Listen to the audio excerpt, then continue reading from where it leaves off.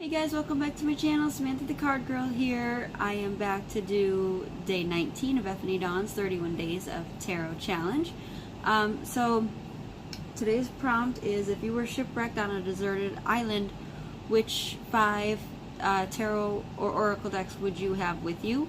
When I first wrote this out, I had a whole list of other decks that I was going to feature, but I featured them enough, and I got thinking about it, and instead of taking my favorite decks, I chose decks that are either new to me or decks that I generally just don't gravitate towards and they sit on my shelf, because if I'm stranded on a deserted island, what better time to bond with these decks and learn about them and get better reading with them. So without further ado, well, there is one deck that is a constant, and I couldn't not take it with me, so there's one. But anyway, without further ado, the first deck that I would take is my Lunar Nomad Oracle. Again, this guy, I mean, I love it. It just sits though, because, you know, with other decks coming in, you know, it's hard when you buy a lot of decks and to use them all. Especially when you're gravitating towards some more than others, like all the time. And it's not, again, that I don't love this deck, because I do. I love the size. Even though the cards are flimsy, the size kind of makes up for that. But it's a beautiful deck, and I so love the imagery. And I know I flipped through this not that long ago, so I'm not really going to show you too many. But yeah, this is absolutely one that I would want to spend time with and learn more, and maybe actually read the book on it, because I don't really fully comprehend the Lenormand system. So I would choose my Lunar Nomad Oracle. Then the Tarot of the Pagan Cats, gifted to me by my wonderful friend Angela. If you don't follow Angela Cook, go check out her channel. She is an awesome card reader and a dear friend of mine. One of these days we still have to either go live or do YouTube video at the Bundy Museum, our local favorite haunted watering hole. But yeah, definitely, because, well, not only do I not have a cat deck, or did not have a cat deck, but oh, come on, there we go. I would want to really bond with the deck and you know, learn if there is a reason why certain cats or breeds were chosen for certain cards, you know, and really jump into the card and kind of be the cat, you know. They're just so cute. It's the perfect travel size. I could just see myself sitting on the beach meditating with this deck, just flipping through the cards and doing some spreads or general questions. Yeah, it's such a sweet, happy deck, even the darker cards. So yeah, that's my second one. My third one is my Shadowscapes, because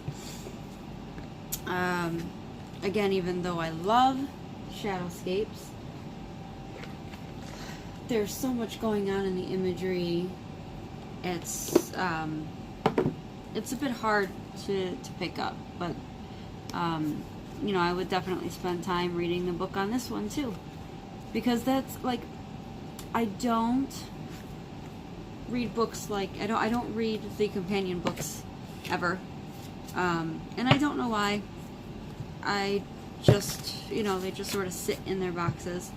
So this would have to be one, because I treasure this deck. I mean, I bought it 3 times, for crying out loud. So you know, this phone, I tell you, I apologize. It's getting the right angle. And again, I know you guys have seen this. They're just so stunning.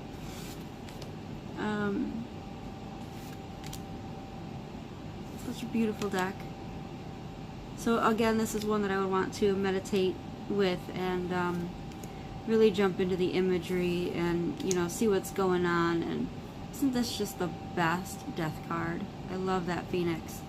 You know, really bond with this deck so that I could just feel confident enough to pick it up and read on the go with this without the guidebook for clients, not just myself.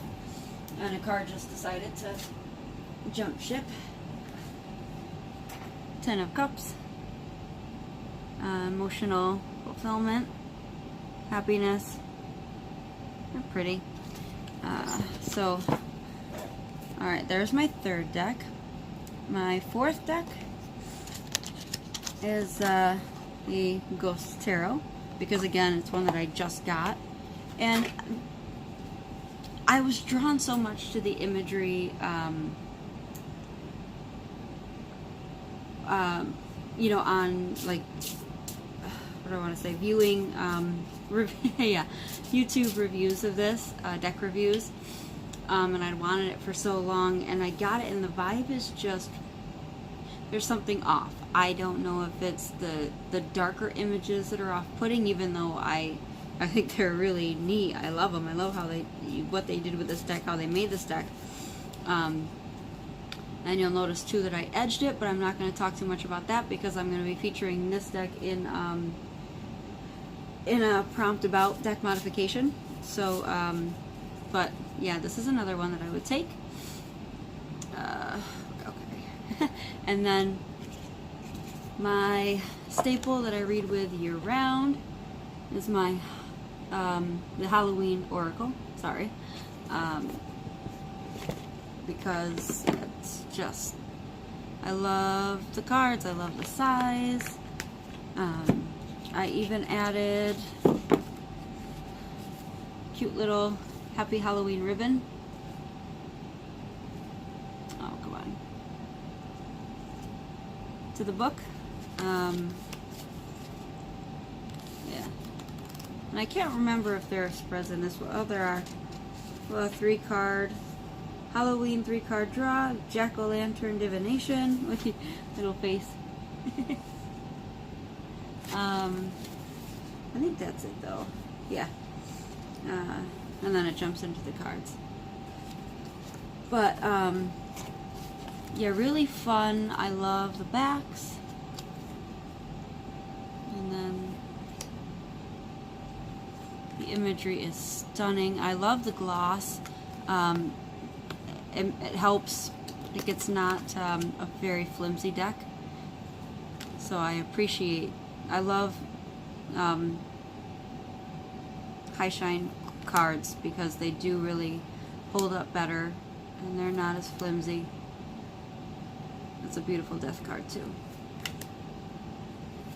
So yeah, this one I wouldn't want far. It was a toss-up when I was looking for decks between this one and my Wisdom of the House of Night Oracle, because that is also another stunning deck, smaller than this one, but it's probably just because of my love for Halloween year-round that I just had to include this one, because I did not include my Halloween Tarot, which again is a staple, but it's used more than this one, so that's why I chose this one over that. So yeah, those are my decks, and I hope you've enjoyed this video. If you have, please give it a thumbs up. If you have not yet, please subscribe to my channel for more prompts, and then I also do other videos. Tomorrow's prompt is, what is your favorite tarot spread at the moment? So I will be talking a little bit about that tomorrow. Have a good night, guys.